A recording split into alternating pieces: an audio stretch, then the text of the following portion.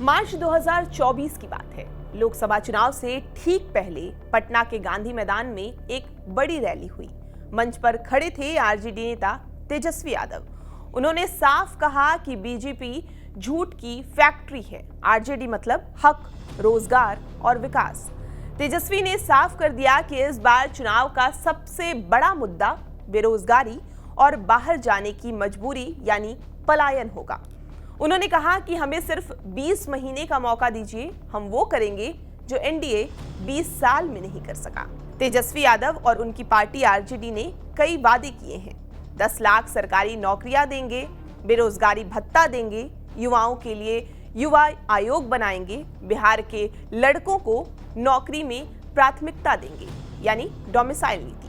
उनका कहना है कि बिहार का नौजवान बाहर जाने को मजबूर है क्योंकि यहाँ नौकरी नहीं है।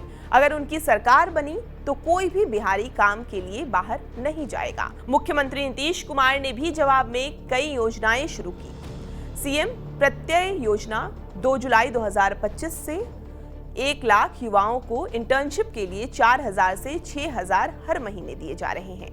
युवा आयोग बना 9 जुलाई 2025 को। यह आयोग युवाओं की नौकरी, स्किल और नशा जैसी समस्या पर काम करेगा। नीतीश का दावा है कि अगस्त 2025 तक 12 लाख सरकारी और 38 लाख अन्य नौकरियां देंगे। 2025 से 2030 तक 1 करोड़ रोजगार देंगे। इसके अलावा नीतीश सरकार कर्पूरी ठाकुर स्किल यूनिवर्सिटी खोलने जा रही है ताकि युवाओं को हुनर सिखाया जा सके। आपको बता दें कि नीतीश सरकार ने बिहार में उद्योग लाने के लिए 2016 में नीति बनाई थी। इसके तहत अब तक 3800 से ज्यादा कंपनियों ने निवेश का प्रस्ताव दिया। 780 फैक्ट्रियां शुरू हो चुकी हैं, जहां करीब 34,000 लोग काम कर रहे हैं। सरकार के पास 3,000 एकड़ जमीन है और तैयार फैक्ट्री शेड भी बनाए गए हैं। बड़ी कंपनियां जैसे Adani, Ambuja cement, Coca Cola Bihar में निवेश कर रही हैं। सरकार ने कहा कि अब तक 1,81,000 करोड़ के निवेश प्रस्ताव मिले हैं और इनमें से 84,000 करोड़ का निवेश पक्का हो चुका है।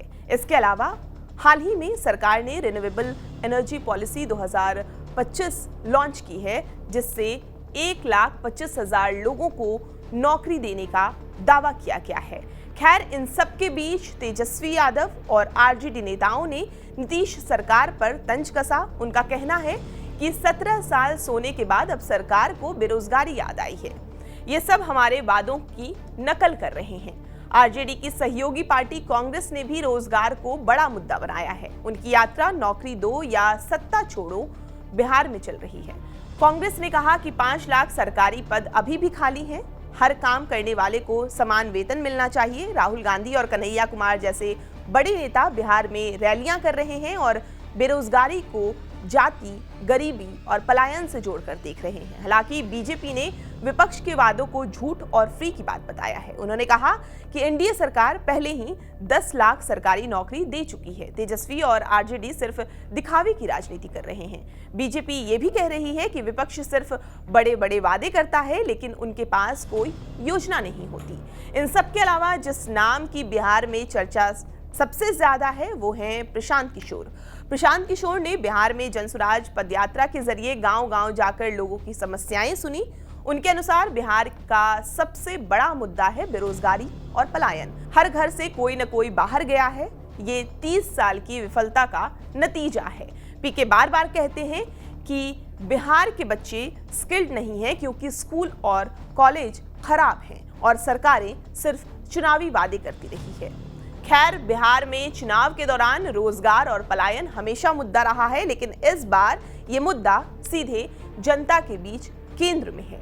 हर पार्टी नौजवानों को अपना वोट बैंक मान रही है। हर रैली, हर पोस्टर, हर घोषणा में एक ही बात आ रही है, नौकरी और भविष्य। अब देखना यह है कि बिहार का युवा किस पर भरोसा करता है, 20 महीने के वादे करने वाले तेजस्वी पर या 20 साल की रिपोर्ट दिखाने वाले नीतीश पर, या नई नवेली पार्टी बनी जनसुराज के मुद्दे पर। खैर, पार्टी कोई भी हो, इस बार चुनावी मुद्दा असल में क्या बनता है ये देखना दिलचस्प होगा। आपको ये पूरी जानकारी कैसी लगी हमें कमेंट करके जरूर बताएं और बिहार की तमाम खबरों के लिए आप हमारे साथ बने रहें और देखते रहें TV9 बिहार झारखंड।